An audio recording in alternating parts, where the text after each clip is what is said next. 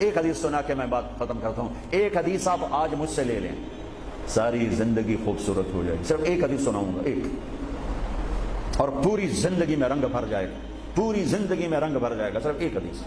میرے نبی نے فرمایا اربع اذا كانت فيك لا يضرك ما فاتك من الدنيا اربع من كن فيه ما ضره ما فاته من الدنيا. میرے نبی نے فرمایا چار باتیں مجھ سے لے لو. چلی نہیں, چار. سوکھا کام ہے. فرمایا میرے نبی نے صرف چار گلاں میرے کو لے لو تو موجاں کرو ویملے وچ بھی تے جنت وچ. صرف چار, 400 نہیں, 4000 نہیں, 50 نہیں, 100 نہیں, 10 نہیں, چار. کہا میری امت چار باتیں مجھ سے لے لو, موج کرو, جہاں مرضی رہو موج کرو, موج ہی موج. کہ یا رسول اللہ, ارشاد فرمائیں. آپ نے فرمایا صدق حدیث, ہمیشہ سچ بولنا, جھوٹ نہ بولنا. ساڑھے تو پہلے تے کلی اڑ گئی نا, وکٹ ہو گئی, کیچ آؤٹ نہیں, وکٹ. میرے نبی نے فرمایا صدق حدیث, سچ بولنا, جھوٹ نہ بولنا. حفظ امانت, کبھی کسی کو دھوکہ نہ دینا, کبھی کسی کے ساتھ دو نمبری نہ کرنا, ہمیشہ دیانتداری کے ساتھ چلنا, ہمیشہ دیانتداری کے ساتھ چلنا, کسی کو دھوکہ نہ دینا, کسی کے ساتھ فراڈ نہ کرنا. میرے نبی نے فرمایا ایک اور حدیث جو یہ دو صفتوں کی وضاحت کے لیے, صدق اور امانت, سچائی اور امانت داری. آپ سب ماشاءاللہ جانتے ہیں کہ ہمارے نبی کو کافروں نے جو ٹائٹل دیا وہ صادق اور امین کا دیا.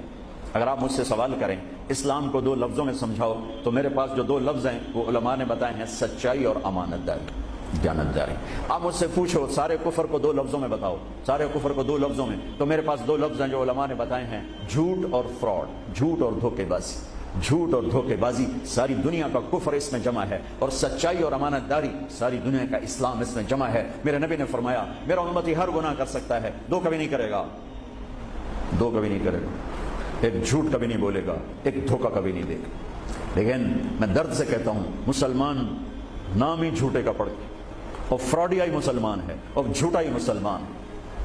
جو غیر مسلم ہے اسے جھوٹ سے نفرت ہے. ہم کلمہ پڑھنے والے رج کے ٹکا کے جھوٹ بولتے ہیں, ٹکا کے دھوکہ دیتے ہیں. اسے موت ہے ہی نہیں, جب موت کے بعد کوئی پوچھنے والا نہیں ہے. تو میرے نبی نے فرمایا چار باتیں بتا کے جا رہا ہوں. آپ نے فرمایا میں وہی چار باتیں اپنے نبی کی بتا کے جا رہا ہوں, سچائی, امانت داری, جھوٹ نہیں بولنا, دھوکہ نہیں دینا. تیسری بات حسن خلیقۃ, اپنے اخلاق اچھے رکھو, اپنے اخلاق اچھے رکھو.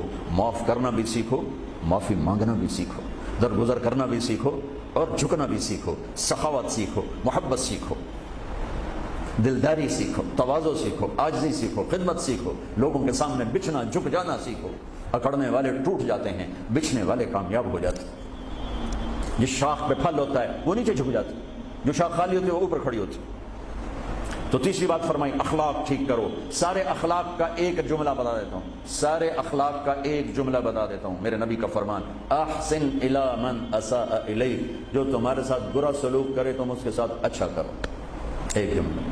برے کے ساتھ برا بننا یہ کون سی بڑی بات ہے؟ جو تمہیں پوچھتا نہیں اس سے پوچھو, جو تمہیں دیتا نہیں اس سے دو, جو تمہیں بد دعا دیتا ہے اس سے دعا دو, جو تمہاری غیبت کرتا ہے تم اس کو دعا دو, جو تمہاری برائی کرے تم اس کی تعریف کرو. پھر دیکھو اللہ کا غیبی نظام کیسے آپ کو ہوا میں اٹھاتا ہے, اڑاتا. تو تیسری بات میرے نبی نے فرمائی اخلاق اچھے کر لو.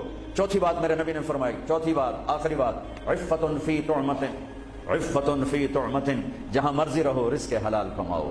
حلال روٹی کماؤ, حرام نہ کماؤ. حلال کماؤ, حرام نہ کماؤ. کہ رزق حلال ایسی دولت ہے. میرے نبی کی مجلس میں ایک صحابی بیٹھے تھے, سعد بن معاذ. آپ کی نظر ان کے ہاتھوں پر پڑی تو وہ بڑے سخت, جیسے مزدوروں کے ہاتھ ہوتے ہیں, لوہے کی طرح. تو آپ نے ان سے پوچھا سعد یہ تیرے ہاتھوں کو کیا ہوا ہے؟